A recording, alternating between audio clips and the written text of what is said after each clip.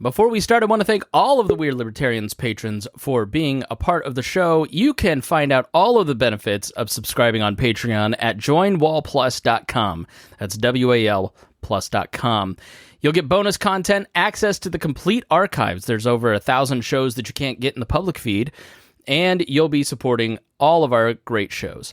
Thank you especially to our $100 a month members, John Pusilo, Vincent Peichel, Lars Nordskog, Jake Edel, Matthew Durbin, Rhinehold, Christy Avery, and Jason Doolittle. We also want to thank our main sponsor for this episode. It is Iconic Insurance. 15% of Americans are left to find health insurance on their own. And even if you get health insurance from your employer that doesn't work for you, Matt Allen and Iconic Insurance can help you find the right insurance. Just head over right now and contact him at iconic-insurance.com/libertarians. We'll put the link in the description if you can't remember that. But Matt is a longtime listener of this program and a great guy and a good friend of mine. So please go support him and reach out right now. Thank you. And now let's get started with our show. Warning, this show is for adults, produced by semi-adults. So the language is sometimes strong and offensive. I don't know what I said. Welcome to We Are Libertarians, where our goal is to help you sound smarter while talking to your friends. We examine current events from a libertarian perspective while treating modern politics with all of the irreverence it deserves. There has been lie after lie. We toss out the screaming heads, put people before political parties, and give context to the news to make you think. Now, here's our host, a 15-year veteran of politics and media, Chris Spangle. Welcome to We Are Libertarians. My name is Chris Spangle, and it is great to be back, and we are back in person, and I don't know that I like it. I think maybe, Rhinehold, we ought to go back to doing these online and then not leave our house. What do you think? It's a little more comfortable, a little relaxing. You don't have to get all prettied up and, go out. Well, thank you for not being pretty hairy. First off, contract violation. I get introduced before Rhinehold. Oh, okay? that is We true. talked about this. Yeah, you're right. Yes, and then also here is, that's his official title. Also here is Paul Copeland. How are you, Paul? I'm doing great. I, for one, want to be in person. Please don't make me go home. I just need you to get close to that microphone. Oh, okay. This is the return of get closer to the mic Yes. on the show, Harry. And then we have several different podcasts here. We have the Chris Spangle Show / Weird Libertarians. If you don't know, We Are Libertarians was the name of the show forever. It's now the name of the podcast network, and we've been the Chris Spangle Show, Harry and Rhinehold, for 2 years. Yeah, like 2.5. And everybody just still calls it We Are Libertarians. Mm-hmm. So I still do the interview shows. I'm still going to be doing all the interviews. I just talked with Young Voices today and set up 12 different interviews about short subjects that are 20 minutes long. I've got 15 interviews just so we're constantly consistent with stuff in the feed. And I love talking to the Young Voices folks because they give you a bit of information in a short amount of time. But the bread and butter of We Are Libertarians has always been us getting together in person and basically barely touching the subject and having fun with each other and just chit-chatting. Mm-hmm. And so that's what this is. So if you're listening and you're like, this sounds different, it looks different once we get the video up and running, but that's what's going on. But here is We're Libertarians and the Chris Spangle Show represented through Harry and Rhinehold and me. And then we also have Low Key Wall. Can you explain what Low Key Wall is and explain who is on your show? All right, so Low Key Wall started, it was like brainchild of mine because we usually go for our winter break. We Are Libertarians been doing a winter break episode. We just stop. Give ourselves some vacation time. We can be with our families and we give us some time to do that. Well, I always like to talk. I love to talk. Well, I have to hear the sound of my own voice. And, but I feel that's not fair to you. You're a very humble person. No. Except for, yes, I am very humble. But I do love the sound of my own voice. That's true. And so I created this thing because I just needed to talk and created a thing called Low Key Wall. Started actually here in the room that we're recording in right now, in the corner, actually. But so I brought along, says I don't like flying solo, I bring along a cast of characters. One of the cast of characters everyone probably knows from the network. I bring Rhinehold around because I don't like to go anywhere without my Rhinehold. It's the last great white rhino, so I want to keep sure I hold on to that one. He's a lino, really. Lionel? No. Libertarian in name only. That's what I heard on the internet. Wow. I heard Rhinehold's a lino. That's probably for some bad blue check marks. Anyways, the other person I keep Just bought them. The other person I keep with me is my good. This is my right hand man. I bring Vincent, aka Donovan. He's sitting over here at the edge. When you go say hi. Hello, everyone. Did he sound okay? He did, yeah. Good. He actually has one of Wait, is it Donovan or Vincent? Well, like he goes AKA Vincent, you know. Screen name is Vincent, real name Donovan. Pull that mic up so it faces your mouth. Fair enough. Like it's Good. We got him talking, practicing on the microphone. Yeah. Because like, he's got one of these mics at his house, but he's at his, Would you hold it or do you use like a mic stand? It came with a little stand that sits directly in front of me. The mic you gave me, I just use my condenser one because I'm by myself. So See, I had you introduce him because in my brain he's Vincent and Donovan, and I didn't know which it was, and I was like, I don't want to misgender this person. Yeah, he goes. His screen name is Vincent because, like, to me, like most people are their screen names. Like, it's hard for me to remember people's names, but if you tell me your screen name, I'm probably going to remember it for the rest of your life and call you just that. Yeah, like a lot of people. Is a lie, sir. A lot of people know me just as moving target. Sorry, scheduling plays. Yeah, yours is hard to say. Escargot Pilates. Yeah, Get it together. Like Rhinehold, it's like Tad Western. Tad Western is not Tad's name, but to me, Tad is Tad, and he doesn't even remember his own name. It takes me a while to remember Tad's real name. Yeah. Sometimes when someone asks me about it, I'm like, oh crap. I know, right? It's a Rhinehold. I've had to so I don't accidentally dead name him here on the show. Yeah. And reveal his true identity. I constantly am. I just call you Rhinehold, even in the chat, so I don't screw it up here. Mm-hmm. I'm fine with the real name Vincent, VC, any of the combination of them.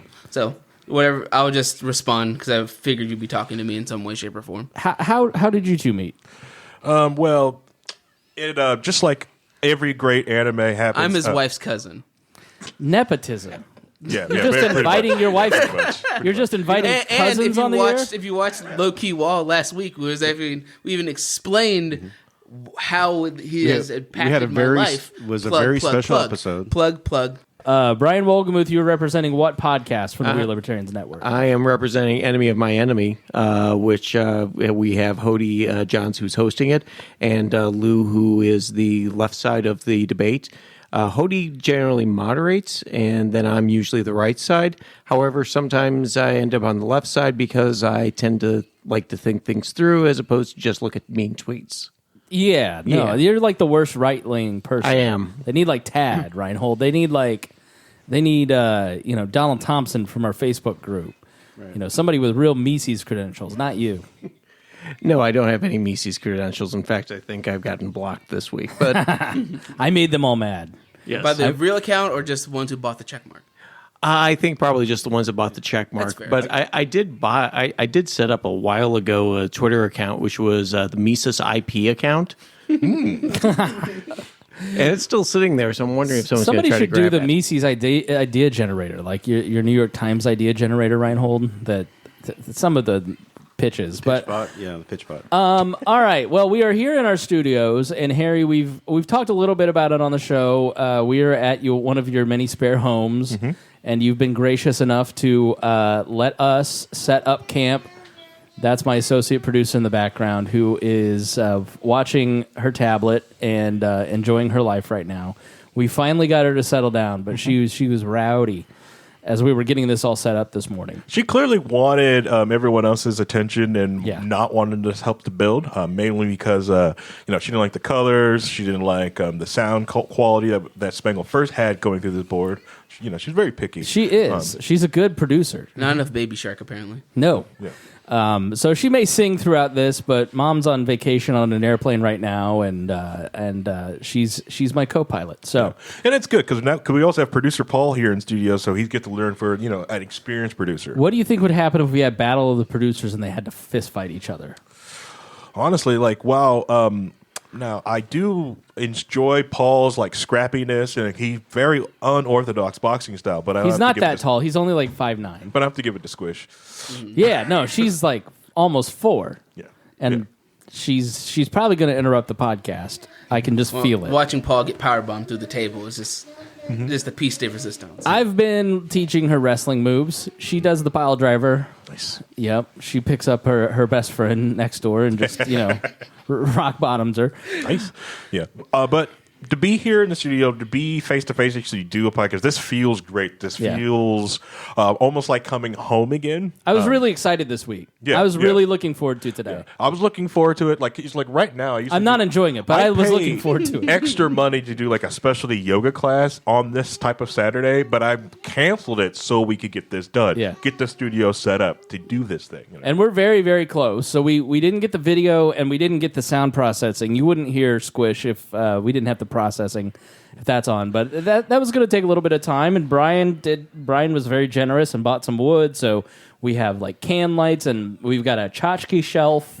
And on the wall is the We Are Libertarians poster and a couple flags and the stuff that Joshua Sexton has sent, like the Dear Leader portrait and the amazing gold record. So we've got it decorated with all kinds of stuff. Like on the shelf, we've got the file from way back in the day when I got put into Facebook jail and a patron sent that in. And don't worry, we'll post it somewhere eventually. We've got a bottle of Test Ignite. You know, somebody gave that to me. We've got a Root for President hat. That I think Rhinehold brought.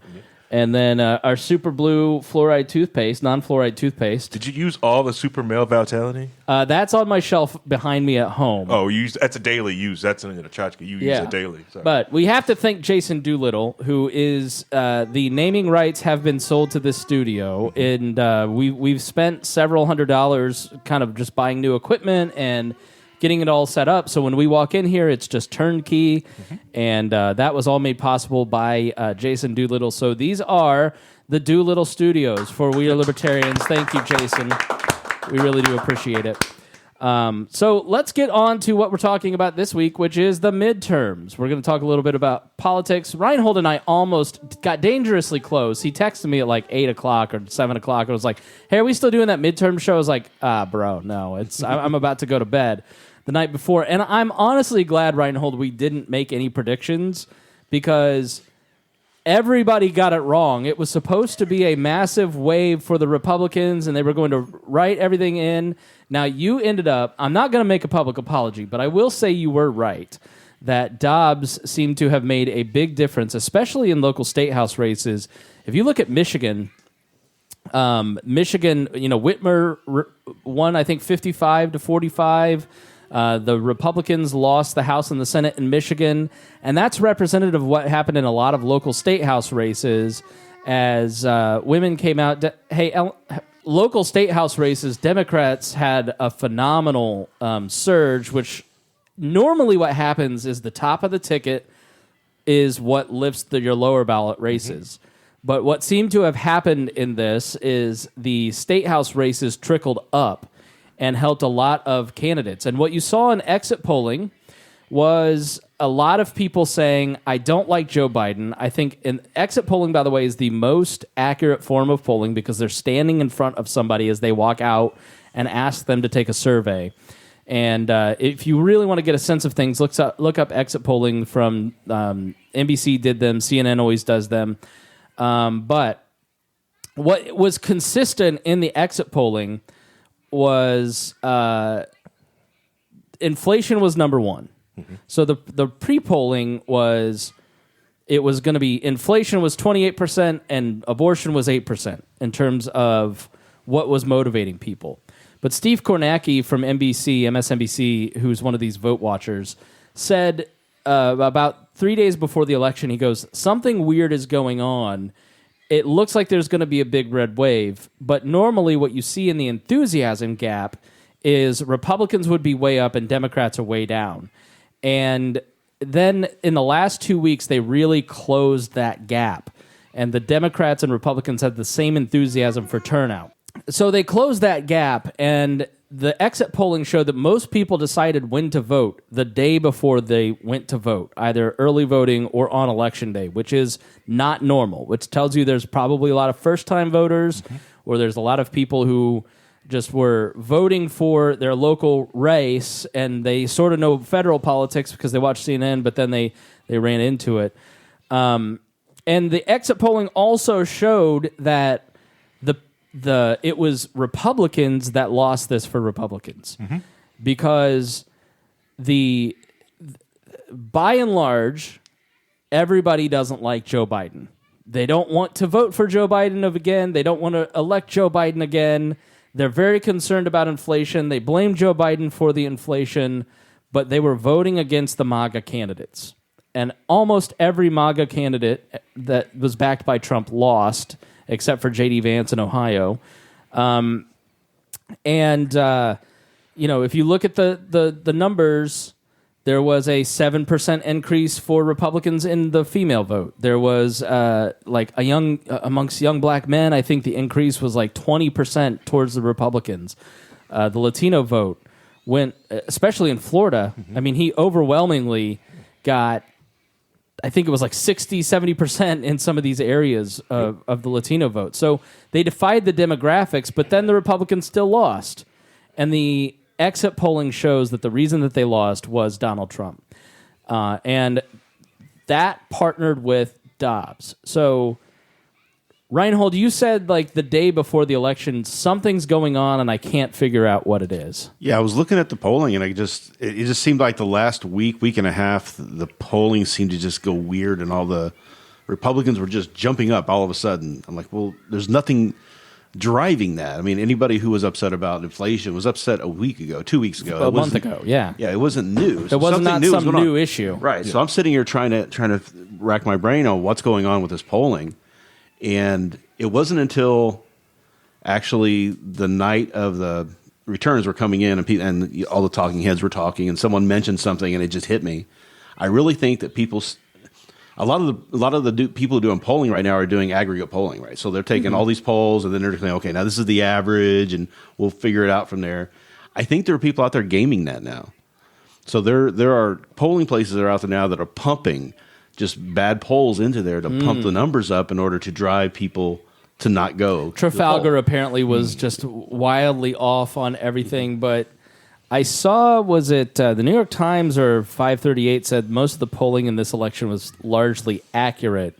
It's just that people sort of felt like Republicans were going to do better. Right, and a lot of the polling is, a lot of people have problems with polling because it's like, okay, but there's a 2% plus or minus on the possibility of it being off. And they're like, well, you were saying this and it was this. I'm like, well, it was still within the margin of error. I mean, it's not as precise of a science as that, but a lot of the polling was really showing that it wasn't going to be, Democrats weren't, just going to roll over on this one. And especially when I saw returns coming in, like a week or two before early voting, the early voting was breaking records, and most of those were Democrats. And I'm like, they were getting out. So I was thinking the night before, I was like, I think we're going to have a runoff for the Senate. I don't think the Senate's going to be clear cut, but I thought that the Republicans would take the House. But I didn't think it was going to be a wave. I think it was going to be a tough fight, and it's kind of how it turned out. But yeah, it was. I mean, Joe Biden in his press conference the day after was like, what are you going to do different? Oh, nothing. Clearly I did so well. Like, you're still going to lose the House and not be able to get anything done. You may have a gridlocked Senate, but Democrats are going to take, like, I don't know if they just, because they have the media, Harry, they just take it and they go, well, clearly this was a huge victory for us. We lost, but it's a huge victory. Let's just pass FDR 2.0. Yeah, correct. Yeah, they've got the media to be the spin for them. They also have, the other thing is, like, what Biden really has pushed through Congress and actually got going. Besides, he spent a lot of his political capital on the Build Back Better plan. Yeah, and the failed inflation fix that's not going to fix anything. So, and everything else, everyone likes him for he's done has been done through executive order. And at time of recording, the executive order for your student loan forgiveness has been blocked. So this hockey puck's going to get bounced around. Explain that. Which one? The student loan stuff. So the student loan forgiveness plan. So Biden had a huge plan, awesome plan to forgive $10,000 of student loan forgiveness using some defunct emergency old law to basically, since COVID was an emergency, they're going to use that to get rid of student loan debt. Yeah. We declared an emergency. They're going to do it like that. Technically, in the spirit of it, it does work. It does classify and satisfy that. But there's so many people they've put outside of that, so those people are suing. No one want to pay for it. It's the people who didn't have student loans or didn't qualify because they had private student loans.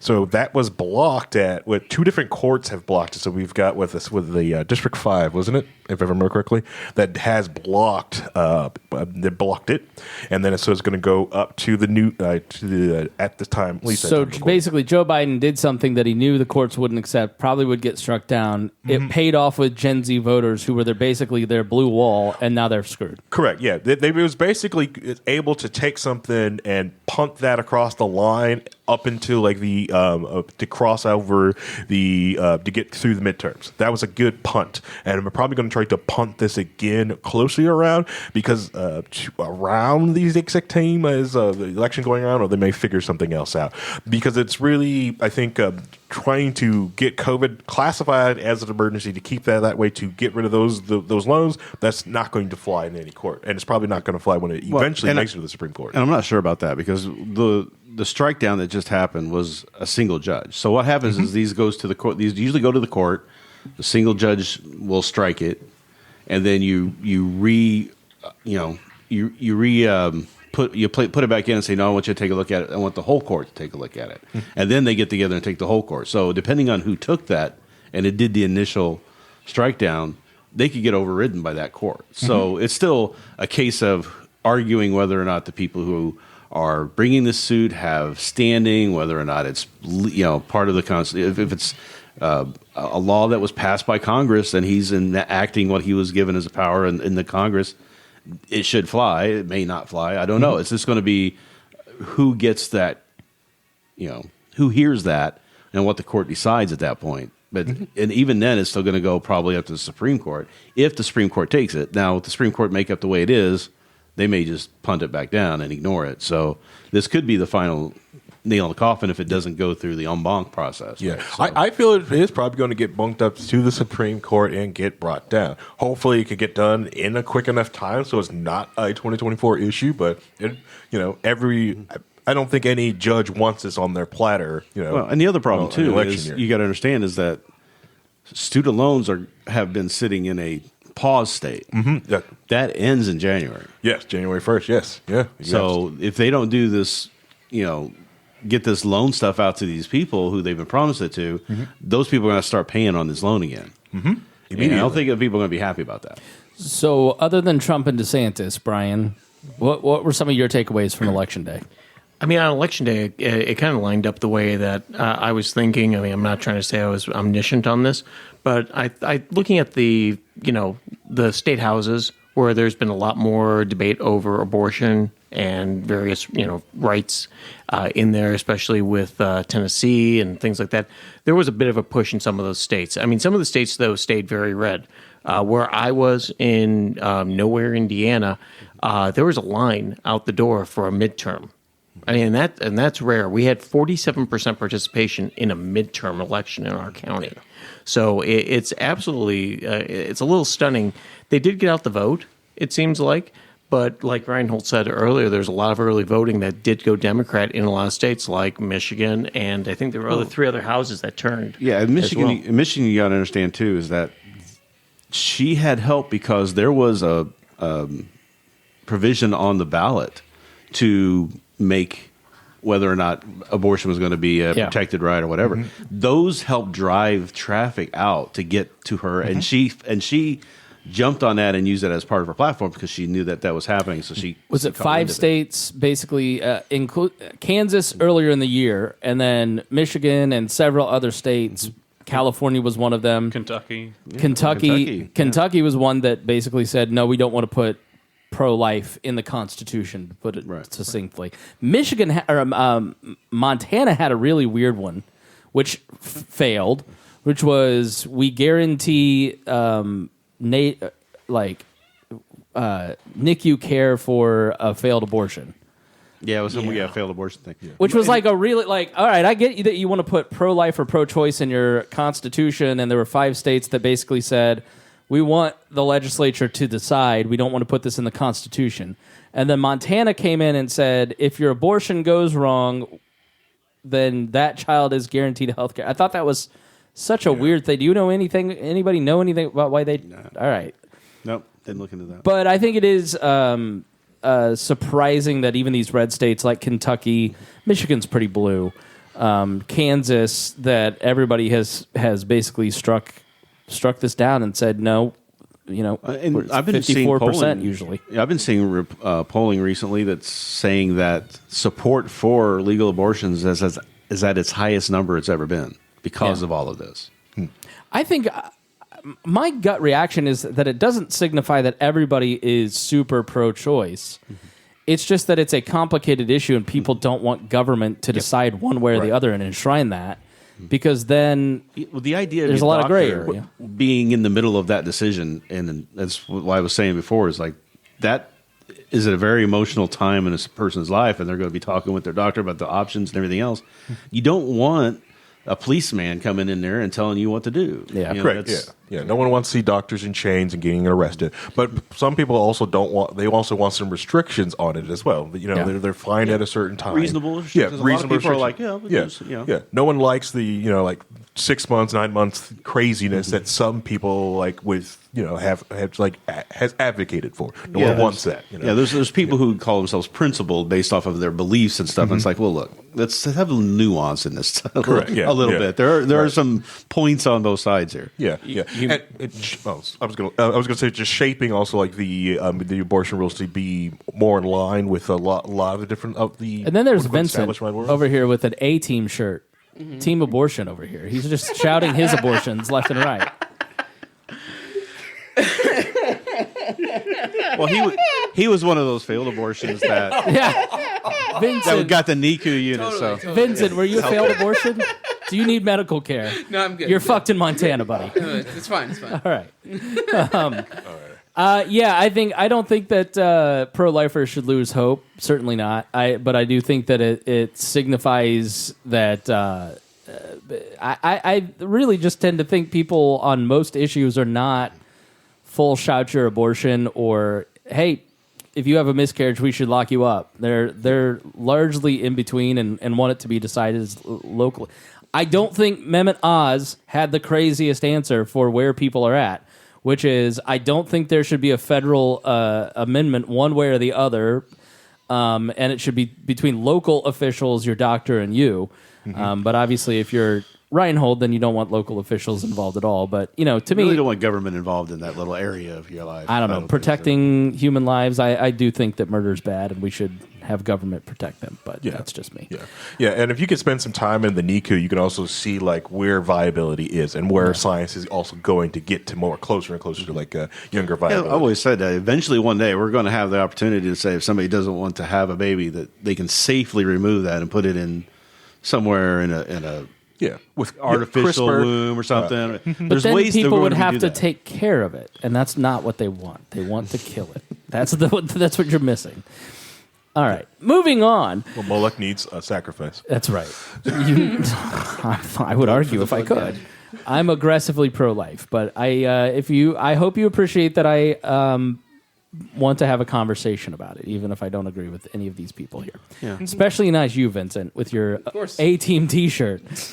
One thing, though, too, is I really think that a lot of this push back on Dobbs was partially because once that was struck down, Republicans went way over. Of course. They just pushed way over too much, and Of that course. just caused a reaction back. Yeah. They Mike Pence across the country. Okay. Yeah. You never go full Mike Pence. I know. No. That's what always happens is one side, like Joe Biden gets elected in a squeaker and then thinks, holy shit, I'm Franklin Delano Roosevelt. I need to pass massive. And you go, no. And then they all hate you. And then he goes, you all hate me because of misinformation. No, we hate you because you went too far and you can barely talk. Yeah. That's why we hate you. You're incompetent, just like the other guy. Yeah. But he thinks it's just because people watch too much Fox News. Yeah. Well, Dark Brandon knows better. And And the Republicans do the exact same thing. It's like Dobbs gets over, Dobbs happens, and then all of a sudden, you know what? I really think we should arrest every mother who has an abortion and doctor, and you just go, that's not where people are at. And like, I have a definite point of view, but you also like, I'm also classically liberal. Like there comes a point where you go, I'm not the only person living in this society, and I can prohibit it because I think it's the right thing to do. But there's like people are still going to do it. Right. Yeah. Well, the other side. All you can do is make the environment better to keep life. That should be the like. You improve the economy, you improve the amount of jobs, you improve the amount of services that are there to help people who can't afford. Like you improve all of these things. That's what you should focus on, not putting people in jail. And that's what both sides always miss is they just want to see jail as the answer. So you're saying the Build Back Better plan's not helping the electrical infrastructure out. So if they want to push us to electric cars, we can actually the grid can actually handle that. We're not doing Is that. that a conspiracy that they put a thing in there that like all vehicles have to have a kill switch by 2028 or something? All vehicles will have a kill switch by So, then. At least new ones. What that is it has to basically have the circuitry enabled for you, if you are convicted of a drunk driving offense, to have the breathalyzer plug in straight to the car. Okay. That's the kill switch that they've put into law, but of course it's going to get blown up further. Brian. Yeah, it's actually being blown up because the idea is they want the ability to stop vehicles like police chases and things like that. They want to have remote ability to be able to shut down vehicles. It's already out there right now with OnStar, but OnStar already has it's just basically forcing that technology into every car. But we know how the security is going to be handled with all of those. Closer, They're all going to use a 8 character password. That's the same one for every car. They're going to say they're going to pass out the Password private and public keys on updates so that everybody has the both of them. I'm sure it'll be safe. Even though like the government could probably like take everyone's social security number and like give us like nice 256 like code on it, but no.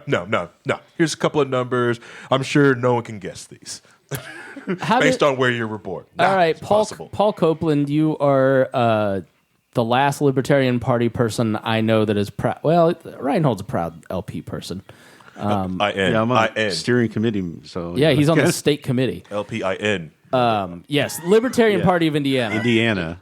Yes. So best affiliate. Absolutely, you had great successes, including an elected school board member in Martinsville or Mooresville, near where I grew up, and 2 elected people out in Henry County for township board and trustee. But how overall, this was the first election since the takeover, and I was promised a gold wave. I didn't see a gold wave, Paul. I didn't see millions and millions of winning, Rhinehold. So, and probably comes down to training. Well, if only we had been training for the last 40 years. right.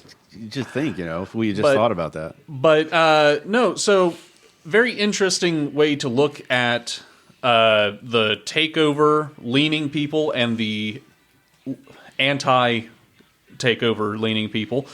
Just look at the results down in Georgia, where you have somebody very... You have Chase Oliver running for Senate. Yeah. And you have Shane Hazel running for governor. And let me just put a disclaimer on this. I really like Shane Hazel and I really like Chase Oliver. They've both been nice to me. We've had great conversations. They seem like good dudes. But you're right. There's a big difference between Chase's 2.1% and Shane's 0.9%. Yeah, and a lot of that goes to presentation. Chase is somebody that a lot of libertarians might label a dirty pragmatist. Who's in Vice News, the New York Times, and all of these newspapers being featured currently. Yeah, and Shane had his style of messaging, which I would not have personally run that. It's very radical and aggressive and very much in the Mises vein. Right. So if you compare the results, I think they speak for themselves. The people don't want a divisive figure, even if that divisive figure is preaching that they'll leave you alone at the end of the day because you just come across as an asshole. Rhinehold? Well, it's where's the gold wave? The gold wave. I mean, I don't know if we're ever going to see a gold wave, to be honest with you. I mean, it's just a case of anything that we come up with as our ideas or our positions, stuff like that, is just going to get co-opted by the other two parties. So we're just trying to, that's good, but it's never going to be like, the Libertarians are now in charge. I think there's a direct line from Libertarian anti-war stances and Ron Paul to the GOP. I think the seed was sown for anti-war right wing anti war rhetoric through libertarians. The Buchanan wing of the Republican Party wasn't active in the grassroots, but Buchanan is really like the father of Trumpism. So ideologically, that's where a lot of these guys get it from. But in terms of the grassroots accepting it, it's libertarians bumping up against Republicans. And then once Trump came in, this is the single best thing that Donald Trump ever did is make the Republican Party more anti-war, right? I think that's a direct example of it. And he threw a lot of bombs doing that. Of course, he's not the most anti-war president. That's not the only way, though, right? So we've also have libertarians who've been fighting for years for drug legalization, for same-sex marriage, gay rights, that sort of thing. That gets co-opted up into the other parties, right? So it's like we bubble up through both. And eventually, hopefully, keep pulling people more towards the middle. Because you see the extremes that are going on right now. Nobody wants it anymore. They're tired of it. They want normal. Trump was exhausting. And I said that before when we were talking about 2020. I said, people are exhausted. They just can't do it anymore. Harry? They're just tired of winning. One thing, and it was only because he ran against the worst candidate in the possible history of the world. It's amazing how big of a loser Rhinehold is. He just loses all day. It's just the losing is tremendous. Yeah. But what you're saying with the pot legalization, so Maggie Hassan, that sack of crap, former governor of New Hampshire, now their senator, right? Always constantly kept blocking the Republicans and Democrats, bipartisan to get marijuana legalization in New Hampshire. Blocked it twice. They had to go get almost veto power, right? If they'll even let that thing squeak by. And it was so frustrating that this Democrat, governor of New Hampshire was blocking marijuana legalization. Speaking of blocking, Jeremy Kauffman, the Senate candidate there who ran against Maggie Hassan, I went to look up his profile the other day, and I had him blocked, and he has me blocked. So it's mutual blocking. But he's the one behind the New Hampshire Twitter that everybody who isn't normal loves. Well, how did he do? Well, abysmally. I think you have to go back over 20 years to find another New Hampshire Senate candidate who has scored lower than Jeremy Kauffman. Only two others out of like 15, or what was it? I saw the number, but it was like 76 and 80 maybe, or something like that. And the party was beginning. Then it was cool, and maybe one or two in there somewhere, but it was the third lowest result. Yeah. Yeah, and that's not the only person on the New Hampshire that did badly. Oh yeah, they managed to run two separate candidates for governor, mostly because the sane wing of the New Hampshire Party decided we're not going to let this woman be the only voice for the Libertarian Party out there this year. So they ran another candidate who, compared to the Mises-back candidate, got 2 votes for every 1 vote she got. Really? What was the problem with the Mises candidate? She was I don't know if you remember.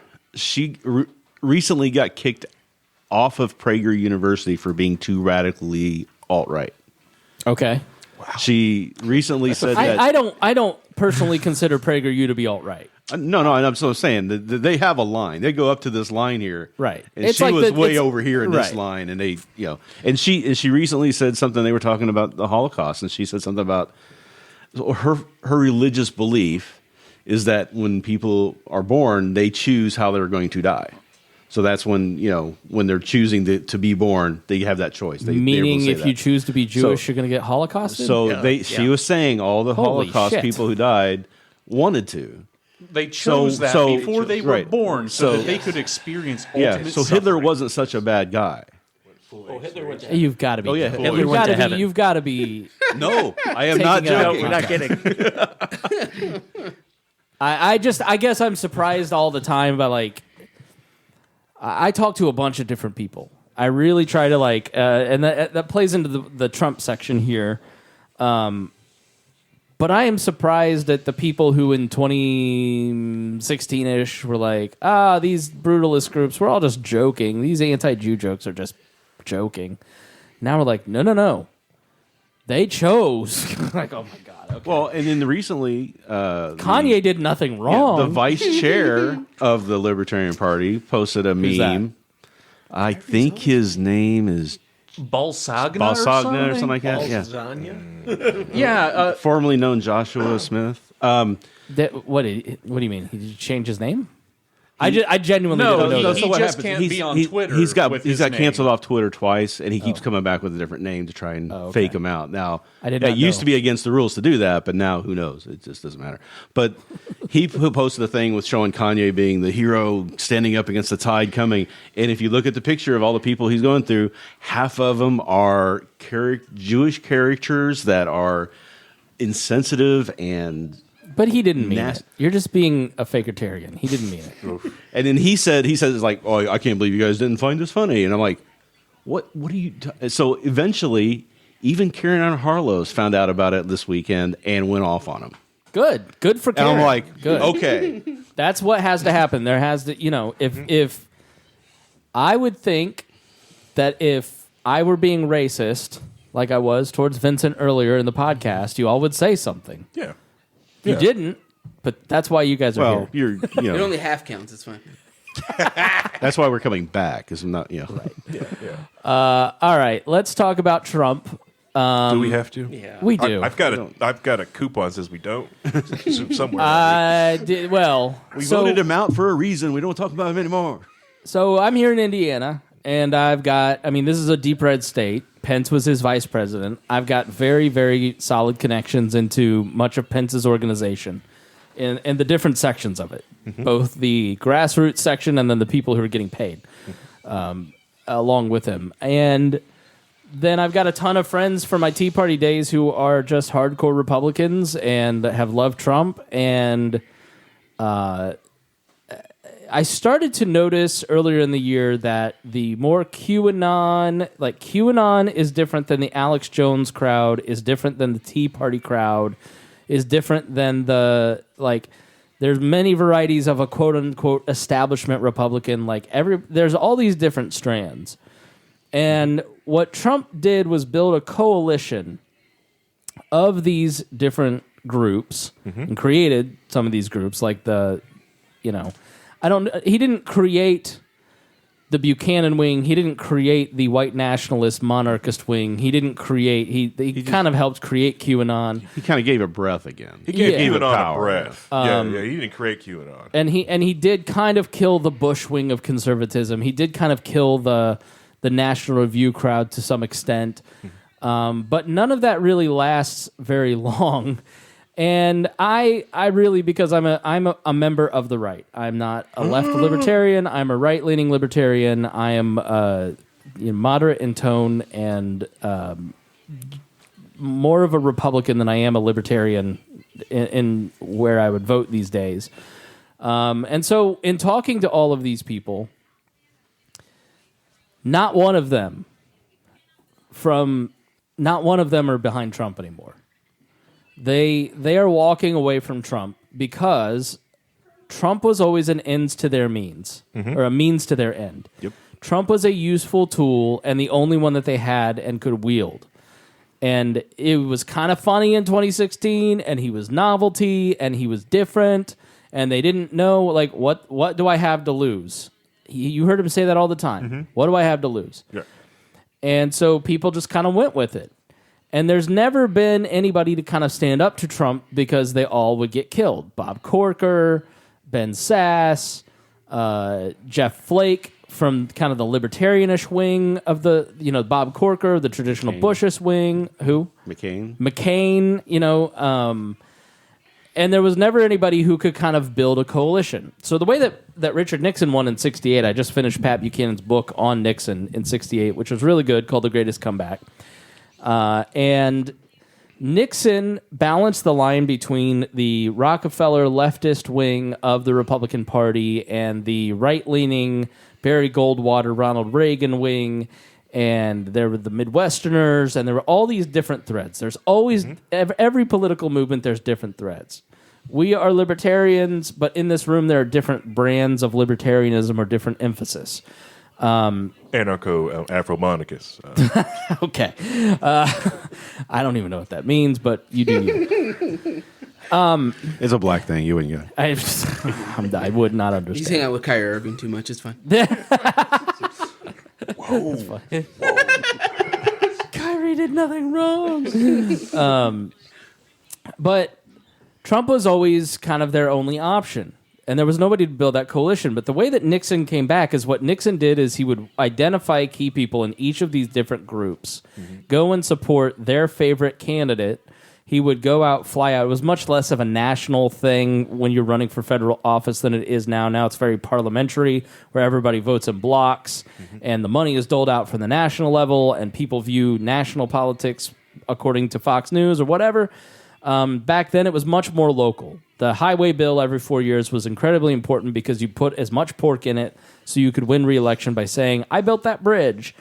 And so Nixon went around and supported in 66, 40-some different candidates, 50-some different candidates, and ended up winning most of those races in 1968, or 1966, in those midterms, excuse me.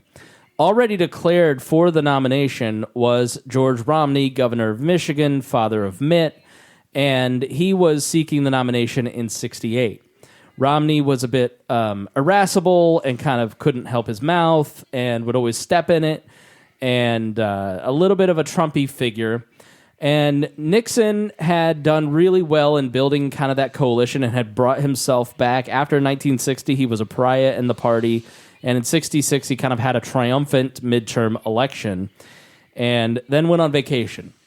And Buchanan and everybody was besides themselves that he was going on vacation when he had just had this victory. No, let's declare, let's get going, let's get working. And Nixon said, I'm going on vacation, I'm going to rest. I'm going to go away for 4 months and let them chew on Romney, them being the press. And that's exactly what happened, is Romney was declared, and the press chewed on him for the next 6 months until they ran him out of the race because they just kept chewing on him. And, so Nixon kind of became the presumed favorite and really over the next 2 years balanced that coalition building really well.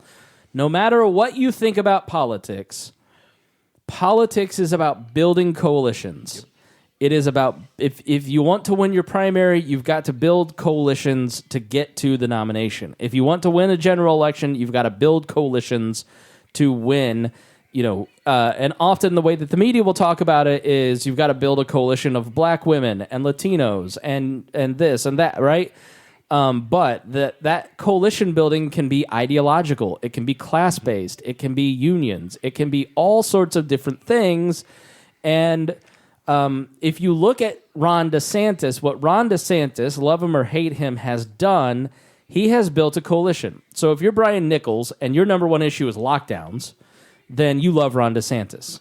If you're sort of motivated by cultural issues and fighting woke stuff, then you love Ron DeSantis. If you love economics and effective governance and lowering taxes, like in the Mitch Daniels strain, then you sort of love Ron DeSantis. And if you just like hard messaging and somebody who's just going to stick up for your side because it feels good and you make the right people cry, Ron DeSantis has something for you. You may not like the Disney thing or you may not like the woke thing, but you may love this thing. He sort of has built a coalition on a national stage, and there's something for everybody to like and to trust. If you're a Republican, right? I think probably most of us sitting at the table would say Ron DeSantis as president would be somebody that we would not want as president. Right. We feel the same way about Joe Biden. Yes. But we're talking about who's going to win the nomination, right? So the fact that Ron DeSantis has been able to build this coalition and then showed an enormous amount of strength in the electoral, in the Florida elections, where Ron DeSantis was the one bright spot for Republicans. Everywhere else, all the Trump Republicans, all the election deniers, there's some safe seats like Marjorie Taylor Greene. She gets reelected by double digits, or 2-1, basically. Yeah. Lauren Boebert nearly loses in Colorado. She may pull it out. We still don't know, yeah. Blake Masters, the white nationalist... Back the blue. Right. Like, he's basically... I'm just... personally think J.D. Vance and Blake Masters, their end goal is fascism. Like, they want to use the state to punish people. Endorsed by Dave Smith. Rod Dreher, who is a writer at the American Conservative, tweeted out about Blake Masters saying that it's time to give up libertarianism and we need to use the fight to state, the state to fight everybody. Like, that's where those guys are headed. I don't think that Ted Cruz is a fascist, right? I don't think that all these people that get called fascists are actual fascists. But I think where those guys are heading in their ideology, it's very clear to me, having studied history. I don't think that Donald Trump and Ronald DeSantis, what's his name? Ron DeSantis are fascist either. But I do think that Donald Trump thinks of fascists as part of his winning coalition. And Donald Trump has an ever-narrowing amount of people that can join his coalition and be part of his team. And it is people who are solely devoted to him and his ideology and was the election stolen. Mm-hmm. That's the criteria for Donald Trump. And the problem for Donald Trump and his path to victory in 2024 is if you are a single issue candidate, you lose. Because the point of being a broad appeal candidate to the majority of the nation is that you have that broad appeal. Joe Biden had a broad appeal. He wasn't a single issue guy. He wasn't trying to just recruit in his own ideology. He said to all Democrats and centrists, I've got something for you. And so when I talk to a lot of Republicans, they finally feel like they found the giant killer. They finally feel like the guy who he's a winner, right? So what has motivated Republicans for a decade? We tried playing the game with McCain and Romney. You all said Binder's full of women and McCain's a racist, and we gave you a chance, and now I want to see you cry. And so I'm going to give you what you don't like. Well, the Republicans are not motivated by Ben Sass, and let's all work together and find common ground and build something that is effective. They want liberal tears. And Ron DeSantis gives them liberal tears in an effective way. Mm-hmm. He's also young. He can serve 2 terms as opposed to 1 term. One person that I saw on TV that had talked to people across the nation, the fact that Donald Trump would be a lame duck upon election is actually something that motivates them to support Ron DeSantis. So I think that you're actually starting to see the beginning of end for Donald Trump, because the Republican ethos right now is winning, make the libs cry, and Donald Trump lost in 2020. Donald Trump's candidates lost in the midterms. Donald Trump lost 2 Senate seats in Georgia, which got us the Inflation Act and $1.7 trillion in new spending. Donald Trump locked the economy down. Donald Trump passed 2 stimulus bills and negotiated the 3rd that Biden passed. Like, Donald Trump is responsible for a lot of the things that motivate some Republican voters, a.k.a. lockdowns, which, by the way, really didn't have that much effect across the nation. When you look at the biggest lockdowners in those states, like Whitmer in Michigan, she didn't suffer from that at all. Like, people are ready to move on from the lockdowns. They're ready to move on from COVID. They're ready to, there's no amnesty to you people on Twitter, but there's not going to be any amnesty or anything else anywhere else because nobody wants to talk about it anymore. Like, it's not a winning subject. They want to be able to afford eggs again, and they want the circus to leave town. And so if you're bringing them a circus, it better be competent. And I think what Ron DeSantis offers to a lot of these Republicans that I've talked to is effective governance. He didn't go out there and run a bunch of parade laps. He tweeted, "Congratulations to myself," basically on Twitter. We had a winning team, 1 tweet, had an election night party, and then he immediately went to work on the hurricane. Right. And Donald Trump, meanwhile, on Truth Social, has been throwing an enormous fit about Ron DeSantis and calling him sanctimonious and trying to beat him up. And the loyalty has switched in the Republican Party. The loyalty is now to Ron DeSantis, because when I talk to people who are establishment types in the Pence wing, who are Tea Party Republicans I knew a decade ago, QAnon people who think that Trump has been bought out by Epstein stuff and he's been compromised. Like, everybody has a reason they no longer trust Trump, and they're ready to move on with DeSantis. And so I know after January 6th, everybody moved on from Trump and said, no way. The Murdochs and Fox News and the New York Post moved on. But this feels really different because this is them going, I've got new loyalties. I want to move on from the old boyfriend. I just didn't know who was a better boyfriend. Like they found a new man, Harry. They're ready to move on. And I think it's for all those reasons. They found somebody that can kind of build a coalition and will be a circus, but it's the right circus. Yeah, their type of circus. Right. Yeah, because like the coalition that Trump did build to get through it, he could have keep having and be able to give those to the candidates he supported, but he didn't get a lot of the things that he promised these people, like because like in the Midwest, he promised them, like, hey, I'm going to bring your jobs back and bring them to of manufacture. I'm threatening these companies. Like, well, you shut a lot of them down. A lot of them kept them overseas. Carrier here in Indianapolis is one of the most famous ones. I'm going to bring them back. They never came back. Yeah. We have the internet. We can see that, hey, this didn't happen. This didn't come back. There's plants shrinking. People are going to these EV vehicles. They're not building internal combustion motors. Only company that's doing that still and dumping money in that is Mazda, Toyota, and Subaru. So if you're not doing that, hope you like your electric cars. And then you've got the QAnon people and your conspiracy people, because there are two different styles of camps in that area. The QAnon people don't trust the InfoWars, like conspiracy theory people, and those don't trust them. The InfoWars hates the QAnon people. There is a rift there with them because the QAnon people They're just not trust all QAnon. The same. Yeah, because QAnon just trusts QAnon people. And InfoWars... It's so funny how the media thinks that they kill Alex Jones, all those people go away. They don't watch Alex Jones. No, Jones has straight out said that QAnon is a LARP.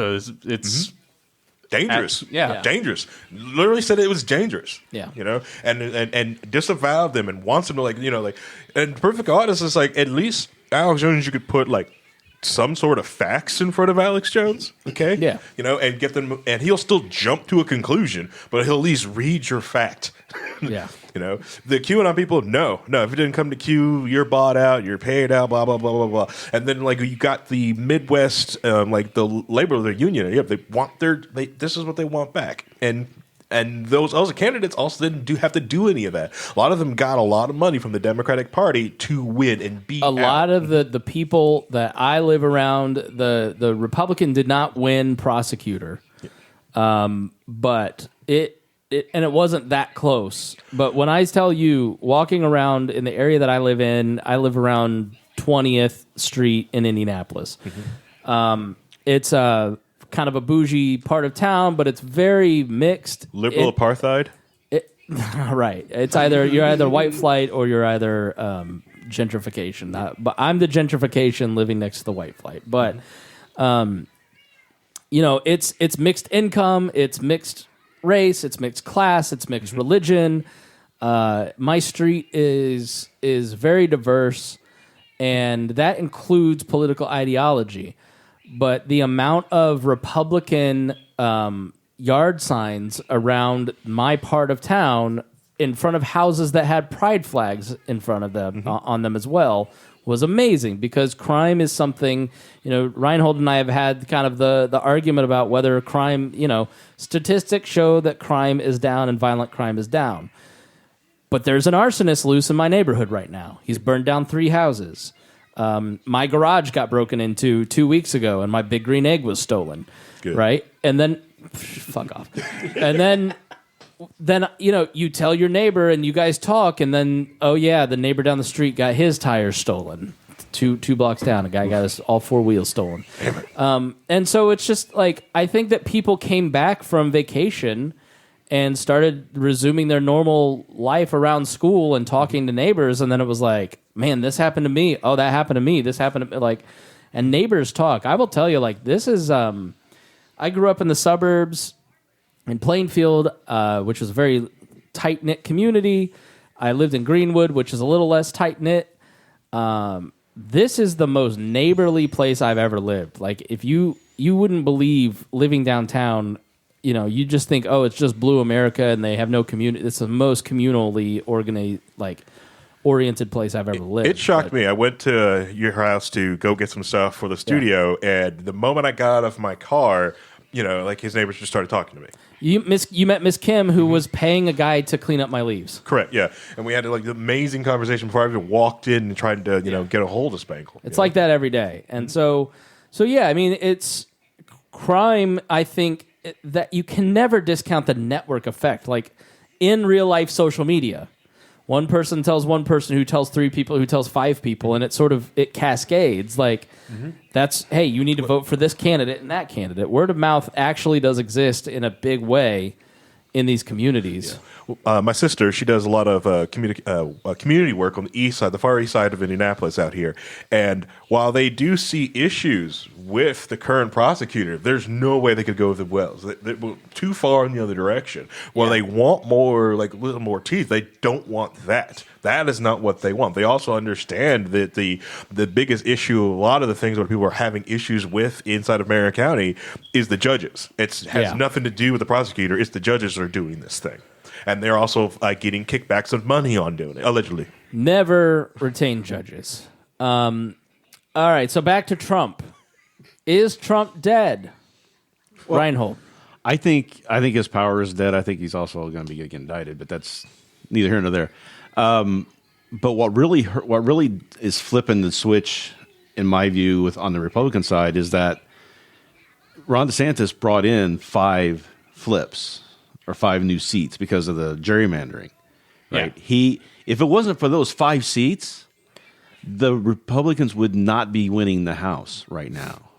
Yeah, but I saw something. The national vote. The combined vote was 55% Republican over 45% Democrat by and large. Mm-hmm. Like, Republicans, when you add it all together, Republicans won the popular vote. Well, so gerrymandering, yes, but I think the general feeling was more towards we want a change. Well, literally, what they were telling these exit pollers was, I know that Joe Biden means more inflation. I know that Joe Biden can't fix the economy. I know the other guy might be better for it, but I'm not willing to risk democracy and elect a Kerry Lake and a Blake Masters.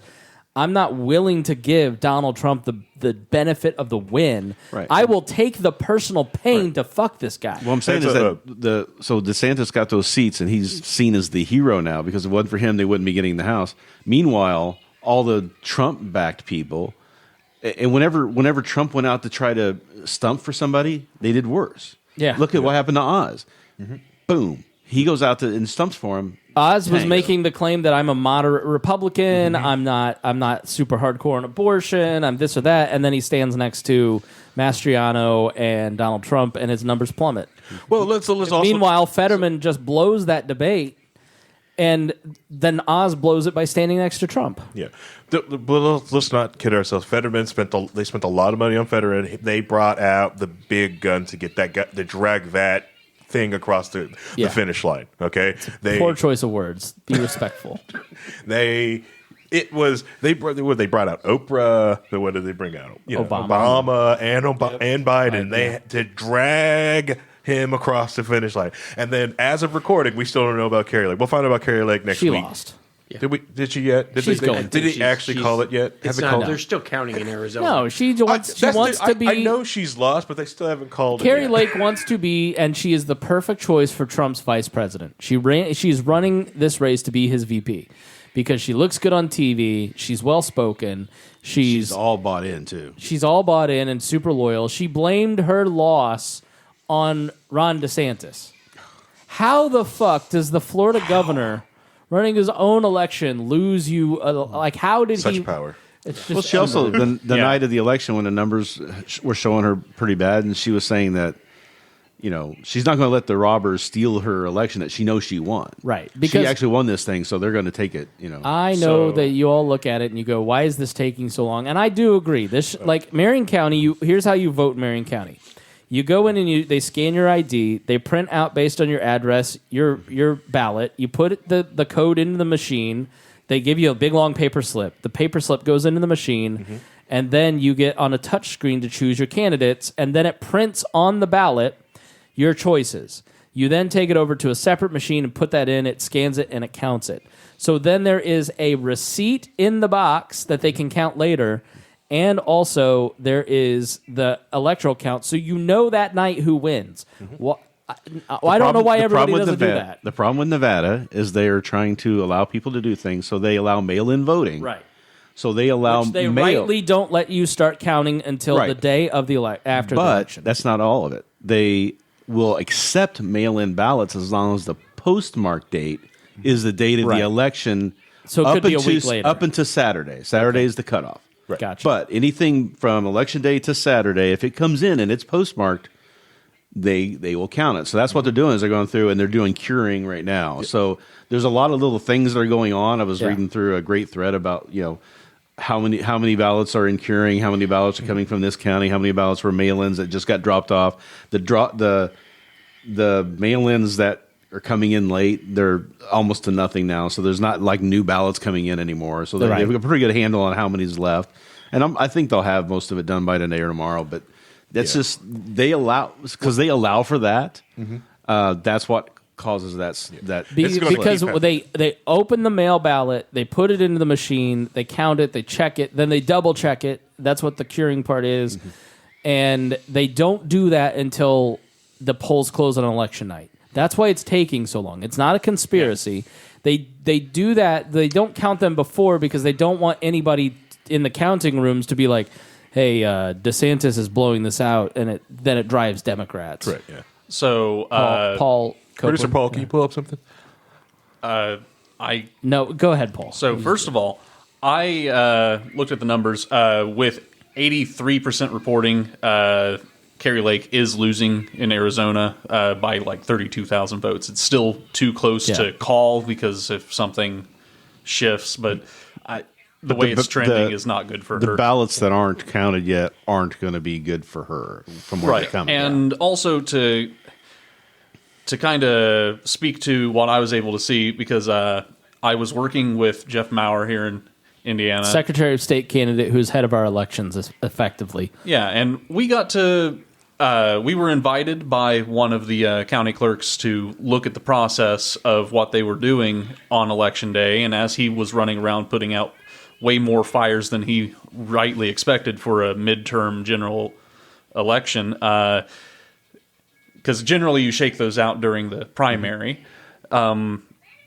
He was showing us, like, they were, and this was 11 o'clock in the morning, they were already in the process here going through verifying signatures, not necessarily opening up the ballots to get them ready to be run through and counted, but they were going through the process of making sure that all of the cures that they would have to do, make sure somebody comes in and like, hey, can you come in and sign your envelope for your absentee ballot? They were getting ahead of that. Yeah.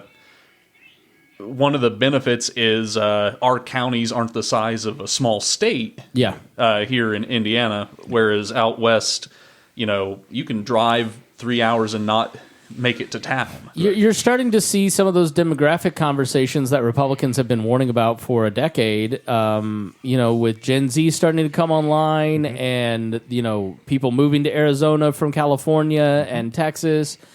I think Republicans are surprised that these things are tight, but like they shouldn't be because this is all predictable. Right. Like Gen Z is more liberal.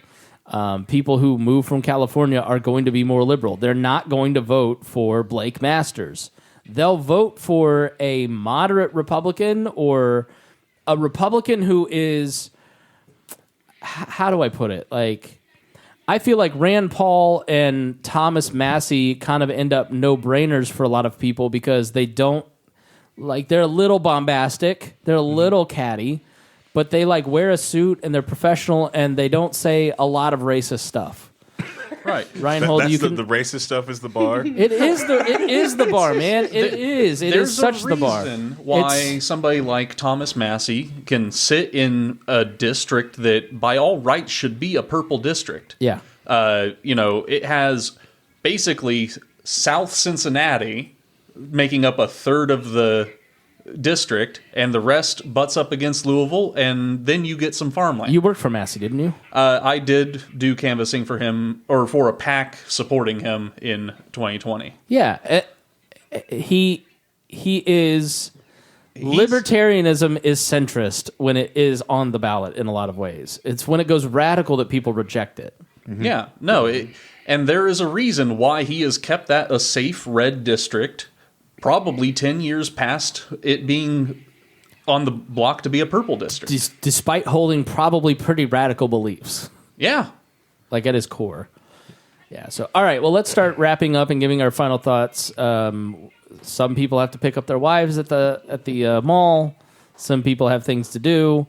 I've got a hungry toddler who is ready for ice cream. And then Vincent's going to go have some abortions or something, I think. All right. Let's no, you're not going to have them. Yeah, you just Terrible. pay for them.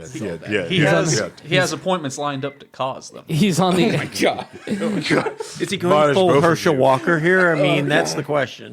Terrible. Both of you terrible. Yeah, our own little Herschel Walker. Wow. Jesus. I take massive offense to that. As you should. And you should. Right. I'll edit out the first racism, but I'm not editing that one out because it's too good. All right. Final thoughts, Brian. I mean, looking at the election and everything else here, I think it was that most people are looking for a centrist party. When I go talk to my friends that are hard left, they know Joe Biden's terrible. They know Stacey Abrams is terrible. The comment I got from a few friends of mine was she needs to take the L, and I think she's quieted down finally. But yeah, I think if a centrist candidate came out from either party and had a pulse and could speak coherently, I think it'd be a very easy win for these, but that's not fundraisable. Chase Oliver is in the New York Times in a featured article. Vice did a featured video on him at his house yesterday or today. He appears centrist to people because he dresses nicely. He's not trying to piss people off. He has radical positions, but he's not shoving his finger in your eye. He's not racist. But he's like confusing. That's the benefit of being a libertarian, whether R, D, or L, is you're a novelty. I'm a true independent. I voted for 6 Democrats, 5 Republicans, 4 Libertarians, and 3 where I voted no to.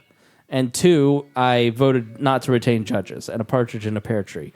But, I mean, if you are a libertarian, you're generally a very independent-minded person, and you're a novelty because people can't figure out what you are. Like, are you left? Are you right? Like, it's a great winning position. Right. Yeah, you get attention that way. And the one thing was really funny was that Chase got written, or somebody inside of one of the various media things put a picture of Chase and then Herschel and then the other candidate and say, we know the real reason why Chase got his votes was because of racism. Oh, okay. Yeah. Right. Yeah. Meanwhile, on the other side, he's gay, and it's this and that, and like he's just part of the woke agenda, and it's. Yeah, he's got a really good campaign manager too. Yeah. Who's his campaign manager? Tarnell. Okay. All right. Final thoughts, Rhinehold. Final thoughts is I really think that we've lost it in this country as far as an ideal of what we want, a centrist type of thing, where we've got too extremists. And whenever I talk about libertarianism, when I talk to people, I start getting on the conversation of politics, and I say, look, my politics are, I think people should be free to do what they want to do as long as they aren't hurting anybody else. And you say that without saying anything about party or candidates or anything like that. Most often they're gonna say, yeah, I agree with that. Yeah. Everybody believes that in the United States because that's just kind of the basic American ideal. But it's been so twisted and turned and and we got to have this and we can't do that. They get pulled away from it by all these people who are in positions of power wanting to retain power or get more power. Yeah. So they're being used, and it's just a shame. I think if we can get people back on the track of not trying to, make them feel like they're idiots because they don't believe what I believe. I mean that's what most of the, MC does is they just want people to. They're just real mean and angry about it. Nobody's going to respond well to that. People don't want to be yelled at. They don't want to be told they're wrong, they're stupid or whatever. Yeah. And so we need to get back to a more positive, centrist, libertarian message. I think that's going to appeal a lot more to everybody as opposed to what's going on these days. Yep. Vincent? Since I don't really live in the same political sphere you guys do. Yeah, thank you for participating. Of course, because you guys were just talking about it last time. I was like, neat. I've been watching I know none of these names. Like, you guys are saying people. I have no idea who they are. But from my perspective, you can definitely tell that one of the major reasons this big, massive red wave didn't show up is when a lot of the talking points are people that like Herschel Walker or like Dr. Oz, where people are like, look at this is stupid and ridiculous. A lot of people see that as the example of everybody as a whole of that party. So a lot more people are going, well, I don't want this guy who brings a fake badge to a debate and uses it as a prop. I don't want that guy to represent me. So I'm going to go out there and vote to make sure that doesn't happen. Yeah. So the power of memes and the internet is especially with the Gen Z and the younger generations going out there and voting, definitely had a massive effect on the outcome of how things turned out. Yeah, you're Gen Z, aren't you? A late stage millennial. Okay, all right. We claim him as a millennial. Okay. We claim him.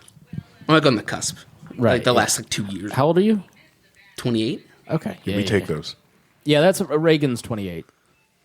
Yeah, 28. No. Yeah, 28.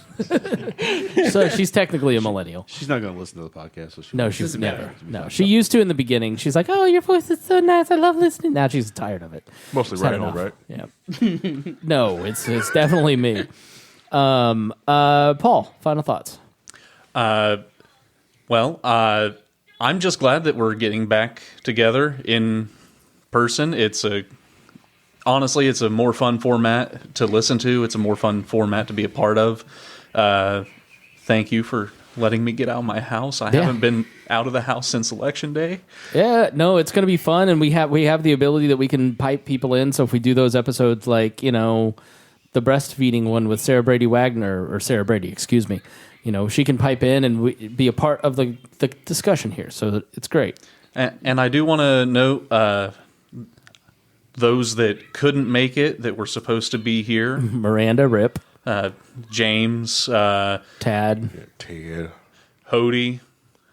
Hody was a definite yes, and then he didn't show up. It's super weird. Mm-hmm. No, I've made that drive. It's From not Utah. too bad. He's in Utah, yeah. Yeah, no, it's going to be a lot of fun, and thank you to Jason Doolittle and Harry for making it happen. And me, to be honest. This is all my equipment, but it's okay. All right, Harry, final thoughts. I got enough Behringer to replace you. Okay. Behringer, please. I've seen your tiny board downstairs, your web-covered Behringer. Wow. Not only does it barely work, it's probably been shorted out from the amount of spiders that live in it. Wow. The sass. It was really weird because I got a late 2019. You were always complaining about the traffic and how cold it was, and Rhinehold wasn't complaining, but was driving an hour every night, with two ways. And then it was just like I had started dating Reagan, and Squish was pretty young then, and and I just started getting more tired. If the sun's down, I go to bed at 8 now, so it's just hard to do night shows. So, and we didn't know COVID was coming, but we hadn't done a show in person since 2019. And I'm kind of glad that we had switched, because then it wasn't like, oh crap, how do we do this show remotely? But I haven't used this equipment in 3 years, and I don't remember how to set it up. We did one very live hilarious. show a year ago, but that was Boss Hogg's equipment. Yeah, it was Boss Hogg's Boss equipment. And I have my road kit that I use with Miss Pat, and that I use for Leaders and Legends and other recordings and stuff, and we've used that. But I had in my basement the SFX 16, the Mackie mixer. It's enormous with all the DBX 286 channel strip processors, and I don't know how to get those to work. I don't remember. Wow. I will say it is a very large board. It is very big. I love how Harry's final thoughts became, "Hey, look at my soundboard." This is actually actually more on course of We're Libertarians episodes where I try to do my my wrap up, and then Spangle just takes it. Yeah. I mean, that's fair. I mean, I call it. I usually am on low key wall where you just kind of go, "All right, Say whatever you need. We'll cut it because I need to go to sleep. All right, I will. Silence is violence, but I will record it. I, for one, I'm glad that that we've gotten back together. I like these episodes. I like having more fun with the topic and be able to have a little more discussion. That it's the main reason, like, we keep doing Low Key Wall every Monday night at 9 o'clock live on Twitch. And you can download the podcast feed. Go to We Are Libertarians and get all our podcasts. Yep. It's live on Twitch and sometimes YouTube. Sometimes YouTube, because they're banning right now. They're censoring our talks, and we will be on Rumble. We'll be on Rumble hardware soon. No, we fight the man. Oh, John Ulrich just invited me to a concert. Could you imagine hanging out with John Ulrich? Send Rhinehold. Send Rhinehold. They'll fight it out in the mosh pit. Make sure that you download all the shows at WeareLibertarians.com. Yeah, especially mostly Low Key Wall. Download ours. We right now we're doing our series of the media that helped shape our basically our understanding of basic us. Like I'm bringing out a lot of different the old school like animes that I have that helped shape a lot of my opinions. Vincent's doing the same, and Rhinehold's bringing up stuff that like have a lot of dust on it from the basement, impossible to find on streaming sites. Oh yeah, and there's some impossible stuff. Yeah, the large variety of things that Harry's bringing is all Gundam. Yeah, it's whoa. It is mostly Gundam. So, do you guys want to do a promo to encourage people to listen? Yeah, all right, yeah. Everyone who actually liked what we just said is going to turn in and listen. That's Trust right. me, we have a huge, massive audience that will tune into us live. Where we will listen to your comments in there, and if they're funny, we'll actually read them on air without having you to pay the man money. Okay? What have you been saying about me on your show? Well, if I'm honest, we just say the truth that you hate us, our show, and that the descriptions and the titles get better when fake live stops happening. Yeah. Also that, yeah. Once fake live stops happening, Low Key Wall takes off because we've that is fair because I do fake lives now where I record it whenever the person is able to do the interview, and then I air it when everybody's on Facebook at night, and I did not know when you did your show. Yeah, every Monday at 9 o'clock Eastern Standard Time. Or when we set up a long live stream like we're doing on Black Friday, and he puts a show on beforehand, and then everybody's wondering what happened. What's going on? I thought you were just going on. This is fake live. You said you was going to do a real live 6-hour show. But no. Yeah, no, that's my fault. So Black Friday, we should be having our live show. Mm-hmm. Yeah. Our 6-hour live show. Hopefully there's nothing running beforehand. 4-hour live show. We're going to do a 4-hour live show on Black Friday. You said if we go longer, we go longer. We usually go longer. Yeah, but if we go longer, we go longer. The amount of time it took to export that particular piece of audio from the StreamYard was insane. You're welcome. You're welcome. I was sober then, so this Black Friday I will be drinking. Okay. And I'm going to do my best to get Miranda to show up live on stream. So I'm going to have to. She may need to borrow some equipment. I don't hate you guys. I want to make that clear. Chloe hates us and our show. No, I don't hate Paul. No, it's just that you don't care about us. Is the difference. Well, we talk about things that see that's hurtful because you're right. If you weren't right, I wouldn't take that as. Oh, you guys are talking about that weird nerd shit. Get that shit out of my face. This is my political channel. Why are you guys getting so many downloads? No, I hate but this. that's fine with me. Like I like that. Like Harry knows I will never have the interest to do that show here. He just knows it. It's been that way forever. Mm-hmm. Like. And so what I love, and that's why I really pushed him to start doing Low Key Wall regularly. I'm like, you have stuff that you want to talk about and say. Lots of people in our audience like it. I never go in the Discord. I just don't think about the Discord. Like I'm trying to get social media out of my life. But like then I pop in and there's so many of you guys talking about stuff I don't understand, but I'm glad that it exists because the whole point is like building community around interests. Like it doesn't all have to be politics. So I do appreciate it. I don't listen. But I don't really listen to many of our shows. I just don't. I don't listen to podcasts right now. It's fine. There's a too even racial minority there. It's fine. It's I fine. love racial minorities. I'm like the biggest fan. I will eat a taco bowl right now. Oh, wow. Yeah. It's we understand. But anyways, yes, we're gonna have our big live show. It has nothing to on do Black with your Friday. race. It has everything to do with your nerds.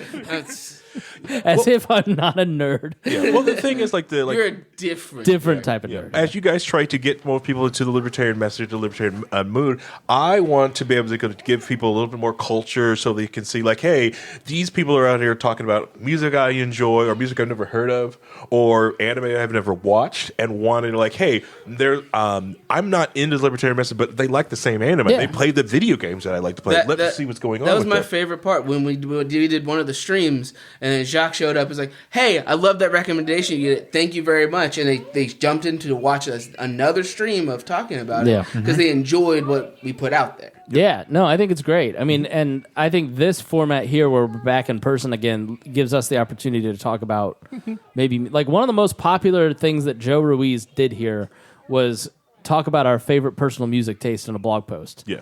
They're still like some of the top blog posts.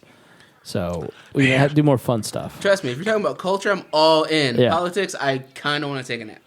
That's fine. That's fine. I get it. That's fine. I appreciate you being here and coming because he and I talked about it. I said, "Do you want me to just invite you, me, and Rhinehold, and we'll talk about the elections?"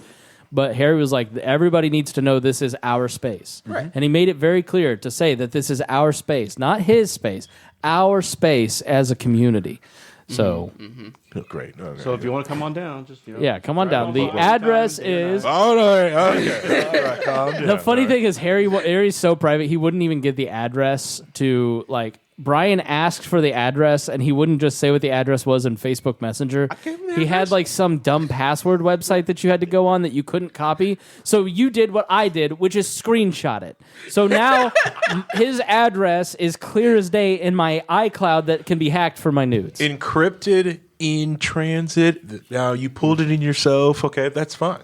Sorry, I've got it saved on my car's driving Yeah, system. it's not secure, but okay. In transit, knew where it it is was. secure. Squish. Oh, by the way, I Squish. Come here. I want to tell you something. Come here. She's over there watching her tablet. Yeah. That's if you've heard the tablet in the background. That's what But it was. it's encrypted in transit. That's what's the point of it. Over here, or baby. if the chat ever gets hacked, no one can just see it. Or somebody can just go on the internet and type in your name and find the address. Yeah. Oh, okay. So we're just doxing people now, right? I mean, that's that's what Paul does. that's That's how how I- Paul knew where this was. That is how I knew where Yeah, this to address be honest, was. I have never given Paul my address. He just shows up at my house as I ask for him. He's just like, hey, It's Paul, like- come here. They show up here. He's like, "All right, I'll be there." All right, this is my associate producer. Do you have anything you want to say? No. What would? Are you having fun today? Harry has a question for you. Are you hungry? No. Do you want ice cream? I want ice cream. What kind? Hey, Oh, are you gonna be shy? Can we all have ice cream? Hey, do I talk a lot? no. Do I toot a lot? Yeah. Does it toot smell bad? No. Yeah. Are you excited to be here? Did you think that the show was good today? No. All right. Do you want to go back? Paul What, was on what are it. you Of course watching he'll on do your that. tablet? Nothing. All right. Go watch your tablet. You silly goose. All right. All right. Well, thanks everybody for coming and joining us and sitting around the kitchen table with us. We are so glad that you're here, and we are excited to be doing this and podcasting with you. And thank you so much for joining us. I've got to take the little one now to get ice cream because she has been sitting here. It is almost 3 o'clock. We got here at 10:30. She has been so good, except for it got a little touchy there at the first quarter, but it's all good now. So thanks so much. If you enjoyed this, then please share it with your friends, and we truly appreciate it. And as always, We can't use that. No, we can't do that. no, that's old regime. That's old. Old regime, Harry. We could use it. Can we? Can we take it back? We could take it back. And make Mexico pay for it? All right. I guess Harry would have to say it then. Ooh. 'Cause that's, it just doesn't, I don't know about that one. I was okay with it. that's like wearing somebody else's underwear, right? No. Well, I've done that before, but yeah. What?